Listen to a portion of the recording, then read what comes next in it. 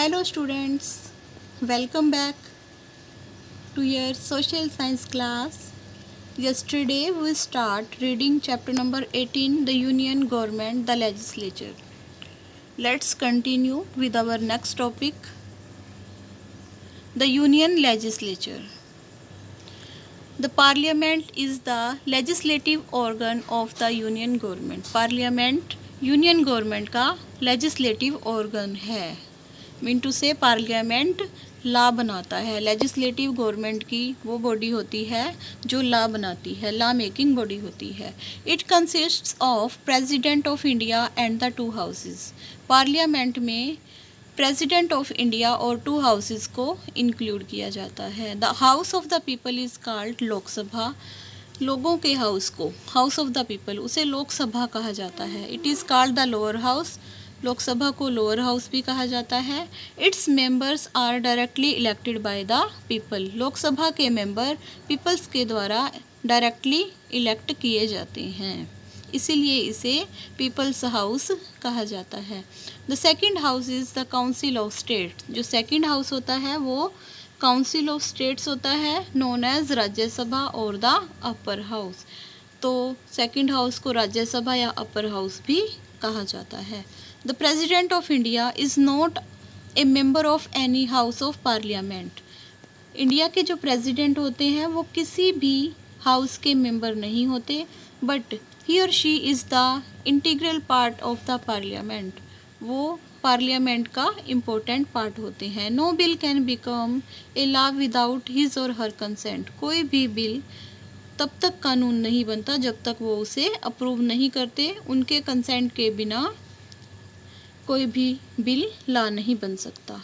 The Lok Sabha represents the people of India and the Rajya Sabha represents the state of India. Lok Sabha India के peoples को represent करती है और Rajya Sabha India के स्टेट्स को रिप्रेजेंट करती है.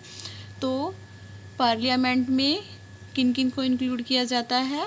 To houses, Lok Sabha and Rajya Sabha, plus president of India. Lok Sabha and Rajya Sabha. Lok Sabha की जो मैक्सिमम स्ट्रेंथ होती है वो 550 तक हो सकती है. उनमें से जो 530 members are directly elected by the people from different states. जो 530 मेंबर्स हैं पीपल्स के द्वारा डायरेक्टली इलेक्ट किए जाते हैं स्टेट्स में से.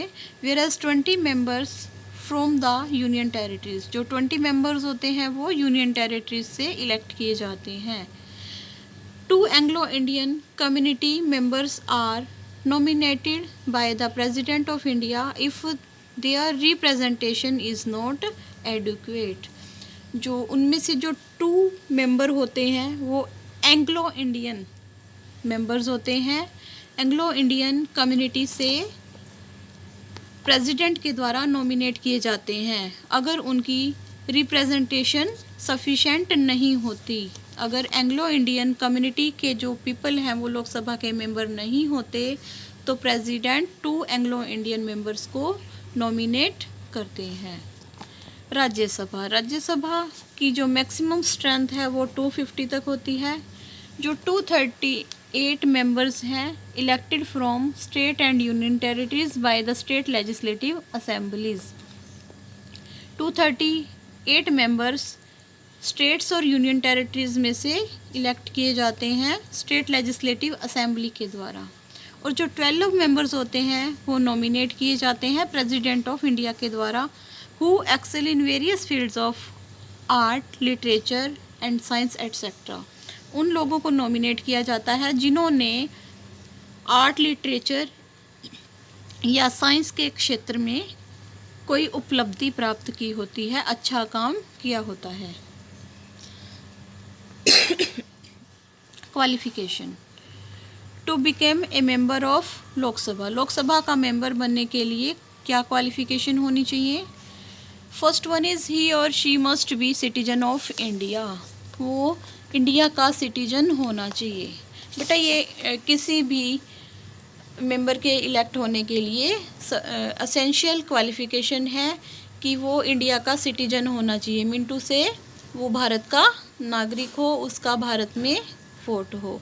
ही she must have completed the age of 25 year. तो लोकसभा का मेंबर बनने के लिए मिनिमम एज 25 ईयर्स होती है। His or her name should be in voters list. उसका नेम वोटर लिस्ट में होना चाहिए। He or she should not B A government servant. Lok Sabha का मेंबर बनने के लिए जो असेंशियल क्वालिफिकेशन ये है कि उस मेंबर को गवर्नमेंट सर्विस पे नहीं होना चाहिए। अगर वो कोई सरकारी नौकरी करता है तो पहले उसे उस गवर्नमेंट जॉब से रिजाइन देना होगा और तब उसके बाद इलेक्शन लड़ने होंगे। He or she must possesses such other qualification as may be prescribed under law made by the parliament. उसके पास वो ज़रूरी क्वालिफिकेशन भी होनी चाहिए जो पार्लियामेंट डिसाइड करती है। पार्लियामेंट जो कानून बनाती है उसके अकॉर्डिंग जो भी क्वालिफ़िकेशन डिसाइड की जाती है वो क्वालिफ़िकेशन उसके पास होनी चाहिए। Qualification to become a member of Rajya Sabha. Rajya Sabha का मेंबर बनने के लिए क्या क्वालिफ़िकेशन होनी चाहिए? He or she must be citizen of India. उसे इंडिया का सिटीजन होना चाहिए। He or she should not be less than the age of 30 year. उसकी एज 30 ईयर से कम नहीं होनी चाहिए। तो लोकसभा का मेंबर बनने के लिए जो मिनिमम एज थी वो 25 थी और राज्यसभा का मेंबर बनने के लिए मिनिमम एज है 30 years. His or her name must be in voters list. उसका नेम वोटर्स लिस्ट में होना चाहिए। ये क्वालिफ़िकेशन है लोकसभा और राज्यसभा का मेंबर बनने के लिए। नाउ नेक्स्ट आगे हम पढ़ेंगे tenure of Lok Sabha and Rajya Sabha. इनका कार्यकाल कितना होता है। Powers and functions of Lok Sabha speaker and presiding officer of Rajya Sabha. Lok Sabha speaker की क्या पावर्स और फंक्शंस होते हैं और जो राज्यसभा के प्रिजाइडिंग ऑफिसर होते हैं उनकी क्या पावर्स एंड फंक्शंस होती हैं। Let's start. टेन्यूर। लोकसभा का कार्यकाल कितना होता है। The normal term of Lok Sabha is 5 year. Lok Sabha की जो नॉर्मल टर्म है वो 5 ईयर के लिए होती है। जो लोकसभा के मेंबर हैं वो 5 साल के लिए डायरेक्टली इलेक्ट किए जाते हैं। However the president of India can dissolve it earlier also only on the recommendation of prime minister. अगर लोकसभा के जो मेंबर्स हैं या लोकसभा अच्छे तरीके से लॉ के अकॉर्डिंग काम नहीं कर रही होती तो प्राइम मिनिस्टर की एडवाइस पे प्रेसिडेंट इसे 5 साल से पहले भी डिसॉल्व कर सकता है, भंग कर सकता है। The term of Lok Sabha can be extended. Lok Sabha की टर्म को बढ़ाया भी जा सकता है for a period of 1 year at a time. 1 साल के लिए बढ़ाया जा सकता है। If such a bill is passed by the parliament to meet some emergency situation for the orderly and smooth working of Lok Sabha. कई बार कंट्री में एमरजेंसी सिचुएशन क्रिएट हो जाती हैं तो पार्लियामेंट कोई ऐसा बिल पास करती है जिससे लोकसभा का जो टाइम पीरियड है, टेन्यूर है, उसे 1 ईयर तक बढ़ाया जा सकता है ताकि जो लोकसभा है, गवर्नमेंट है, वो ऑर्डर के अकॉर्डिंग स्मूथली वर्क करे। The speaker and deputy speaker are elected by the members from amongst themselves. Lok Sabha का जो स्पीकर होता है और डिप्टी स्पीकर होता है वो लोकसभा के मेंबर्स में से ही चुना जाता है। There is tradition that speaker is elected from the majority party and the deputy speaker from the opposition party.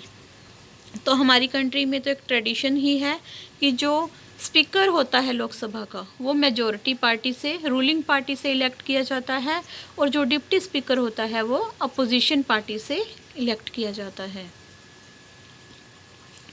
Tenure of Rajya Sabha. Unlike Lok Sabha, the Rajya Sabha is a permanent house which can never be dissolved. Rajya Sabha एक permanent house होता है, इसे dissolve नहीं किया जा सकता। After every 2 years, 1/3 of its members retire. हर 2 साल के बाद इसके 1/3 मेंबर्स को रिटायर कर दिया जाता है and elections are held to fill these seats. और फिर इन सीट्स को फिल करने के लिए इलेक्शन करवाए जाते हैं। Therefore each member of Rajya Sabha has a term of 6 year. इस तरह से राज्यसभा के हर मेंबर की जो टर्म होती है वो 6 ईयर्स के लिए होती है। राज्यसभा को परमानेंट हाउस कहा जाता है क्योंकि इसे डिसॉल्व नहीं किया जा सकता। राज्यसभा के जो मेंबर्स की जो टर्म होती है वो 6 ईयर्स के लिए होती है और जो लोकसभा के मेंबर्स की जो टर्म थी वो 5 ईयर के लिए थी और राज्यसभा को लोकसभा को आफ्टर 5 ईयर डिसॉल्व किया जा सकता है। Powers and functions of speaker of Lok Sabha. Lok Sabha speaker के powers and function. The speaker presides over the meetings of Lok Sabha. In his or her absence the house is chaired by deputy speaker. Lok Sabha speaker Lok Sabha की meetings बुलाते हैं, उनकी absence में उनका जो work है वो डिप्टी स्पीकर के द्वारा किया जाता है। The speaker maintain discipline and decorum of the house. If the situation demands the speaker can adjourn the house. Lok Sabha speaker Lok Sabha वाले हाउस के डिसिप्लिन को बना के रखता है, डेकोरम को बना के रखता है। अगर सिचुएशन क्रिएट होती है तो वो लोकसभा जो स्पीकर होते हैं वो हाउस की जो मीटिंग को कैंसिल कर सकते हैं, स्टॉप कर सकते हैं। All the petitions and documents addressed to the house are received by the speaker। Lok Sabha house के जितने भी डॉक्यूमेंट्स होते हैं या पेटिशंस होते हैं वो लोकसभा स्पीकर के द्वारा रिसीव किए जाते हैं। It is Lok Sabha speaker who presides over the joint sitting of both the houses. ये लोकसभा स्पीकर ही होते हैं जो दोनों हाउसेस की जॉइंट मीटिंग बुलाते हैं और उसे प्रिजाइड ओवर करते हैं। Now powers and functions of presiding officer of Rajya Sabha। The vice president is the ex officio chairman of Rajya Sabha। Vice president Rajya Sabha के एक्स ऑफिशियो चेयरमैन होते हैं। Like the Lok Sabha speaker, Lok Sabha speaker की तरह ही or she also presides over the meeting of Rajya Sabha. वो भी राज्यसभा की meetings को प्रिजाइड ओवर करते हैं, मीटिंग्स बुलाते हैं, उन्हें कंडक्ट करते हैं, उनकी प्रोसीडिंग्स करवाते हैं। Maintain the discipline and decorum of the house. House के डिसिप्लिन एंड डेकोरम को मेंटेन रखते हैं। Since the president is not a member of the house, he or she cannot vote any issue whereas the Lok Sabha speaker can. President होते हैं वो किसी भी house के मेंबर नहीं होते, इसीलिए वो किसी भी इशू पर सिग्नेचर नहीं कर सकते, वोट नहीं कर सकते, जबकि लोकसभा के स्पीकर ऐसा कर सकते हैं। तो Rajya Sabha elects it's deputy chairman also from amongst its members. Rajya Sabha अपने मेंबर्स में से ही डिप्टी चेयरमैन भी इलेक्ट करते हैं। Who performs the duties of the chairman in his or her absence. जो डिप्टी चेयरमैन होते हैं वो एक्स ऑफिशियो चेयरमैन की एब्सेंस में उनकी सभी ड्यूटीज़ परफॉर्म करते हैं। This were the powers and functions of Lok Sabha speaker and Rajya Sabha speaker. Now powers and functions of union parliament. Union parliament की पावर्स एंड फंक्शंस क्या क्या हैं? Powers and functions of union parliament. First one is legislative powers. Legislative powers कौन कौन सी होती हैं? The parliament is the highest law making body. Parliament highest law making body होती है। It makes the laws on the subjects mentioned in the union list and concurrent list and the residuary subjects, and in special circumstances it can also make laws on the subjects given in the state list। Parliament union list, concurrent list, residuary subjects के ऊपर कानून बनाती है और कई बार situations create होने पर वो स्टेट लिस्ट पे भी कानून बना सकती है। जो स्टेट लिस्ट में सब्जेक्ट मेंशन होते हैं स्टेट के लिए, उन सब्जेक्ट्स पे भी पार्लियामेंट लॉ बना सकती है। The making of law is essential by introducing A legislative proposal for the bill in either of the two houses of the parliament. Law बनाने से पहले ये ज़रूरी होता है कि जो प्रपोजल होता है बिल का उसे पार्लियामेंट के दोनों हाउसेस में प्रेजेंट करना ज़रूरी होता है, इंट्रोड्यूस करना ज़रूरी होता है। Approval of both the houses is necessary for passing A bill. Bill को पास करने के लिए दोनों हाउसेज से उस बिल का अप्रूव होना ज़रूरी होता है। After a bill is approved by both the houses, जब बिल दोनों हाउसेज के द्वारा अप्रूव हो जाता है, it is sent to the president for his or her consent. ये प्रेसिडेंट के पास भेज दिया जाता है उनके सिग्नेचर के लिए, उनके अप्रूवल के लिए, उनके कंसेंट के लिए। Once the consent is provided the bill becomes a law. जब वो कंसेंट मिल जाता है प्रेसिडेंट से, तो वो जो बिल है वो लॉ बन जाता है, कानून बन जाता है। तो सबसे पहले बिल को पार्लियामेंट के किसी भी हाउस में प्रेजेंट किया जाता है, वोटिंग होती है, अप्रूव किया जाता है पार्लियामेंट के दोनों हाउसेस के द्वारा, और उस बिल को प्रेसिडेंट के पास अप्रूवल के लिए, कंसेंट के लिए भेज दिया जाता है। प्रेसिडेंट के कंसेंट के बाद वो बिल लॉ बन जाता है, कानून बन जाता है।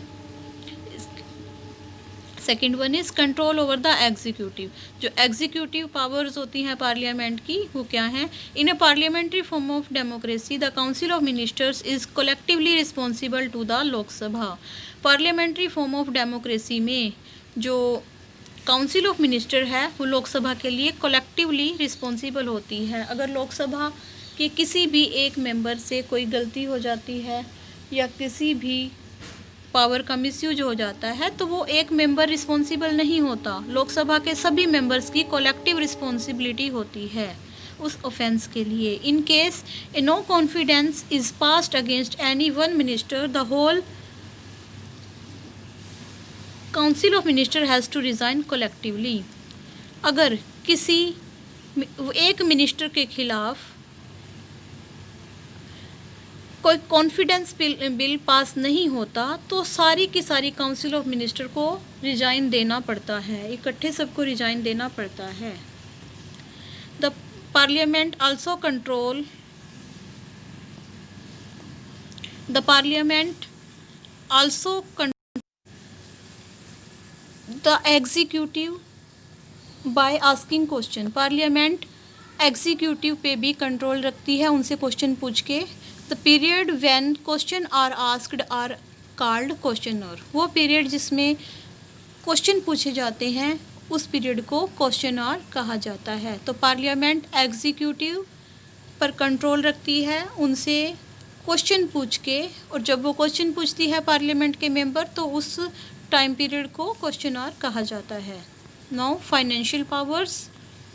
The annual budget of the central government is passed by the government every year. हर साल गवर्नमेंट के द्वारा एनुअल बजट पास किया जाता है। The government can not impose any tax or incur any expenditure if the proposal are not approved by the parliament. Government कोई भी tax impose नहीं कर सकती और ना ही कोई एक्सपेंडिचर बढ़ा सकती है जितने तक उसे पार्लियामेंट के द्वारा अप्रूव नहीं किया जाता।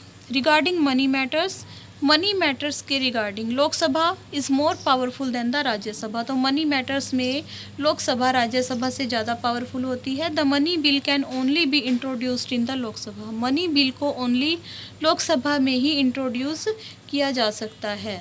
तो कई बार क्वेश्चन पूछते हैं विच house is more powerful in money matters, तो आंसर है Lok Sabha is more powerful than Rajya Sabha in money matters because money bill can only be introduced in Lok Sabha. If Rajya Sabha makes any recommendation, अगर राज्य सभा अपनी कोई सलाह देती है regarding the money bill के regarding Lok Sabha may or may not accept it, तो ये लोकसभा के मेंबर्स की मर्जी होती है कि वो इस रिकमेंडेशन को, इस एडवाइस को एक्सेप्ट करें या ना करें, उनके ऊपर कोई कंपल्शन नहीं होती।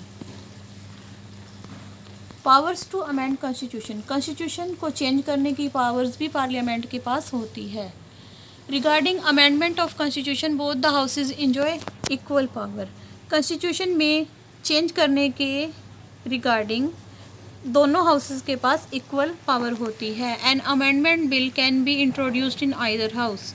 तो जो अमेंडमेंट बिल होता है वो किसी भी हाउस में इंट्रोड्यूस किया जा सकता है, but it must be passed by each house separately. पर ये दोनों हाउसेस के द्वारा अलग अलग पास होना जरूरी है।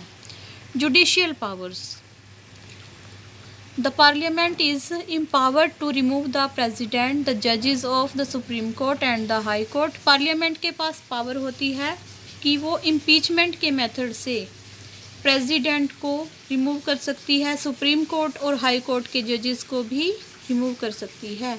The procedure adopted for this purpose is called impeachment. इस पर्पस के लिए, इस काम के लिए जो प्रोसीजर अडॉप्ट किया जाता है उसे इम्पीचमेंट कहा जाता है। Means procedure to remove president, जजेस of supreme court and high court is known as impeachment. For this, a resolution has to be passed by both the houses of parliament by special majority in each house during the same session. तो इस purpose के लिए एक bill pass किया जाता है parliament के दोनों हाउसेस के द्वारा। ये बिल स्पेशल मेजॉरिटी से पास होना ज़रूरी होता है। जितने भी मेंबर पार्लियामेंट के उस सेशन में मौजूद होते हैं उनसे वोटिंग करवाई जाती है, और जब स्पेशल मेजॉरिटी मिल जाती है तो उस बिल को पास कर दिया जाता है। Thank you. In our next video, we will discuss some important question answers of this chapter. Thank you. Have a nice day.